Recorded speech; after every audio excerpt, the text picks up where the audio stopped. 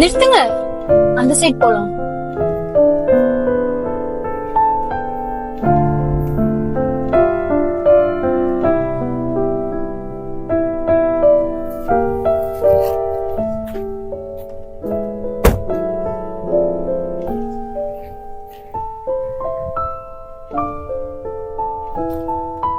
வாங்க வெளிய.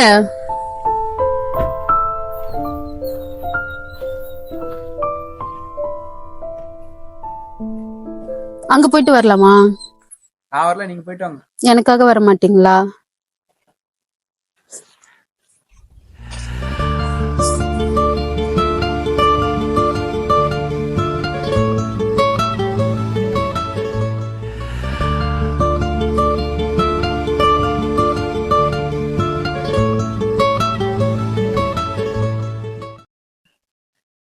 நல்லா இருக்குல்ல?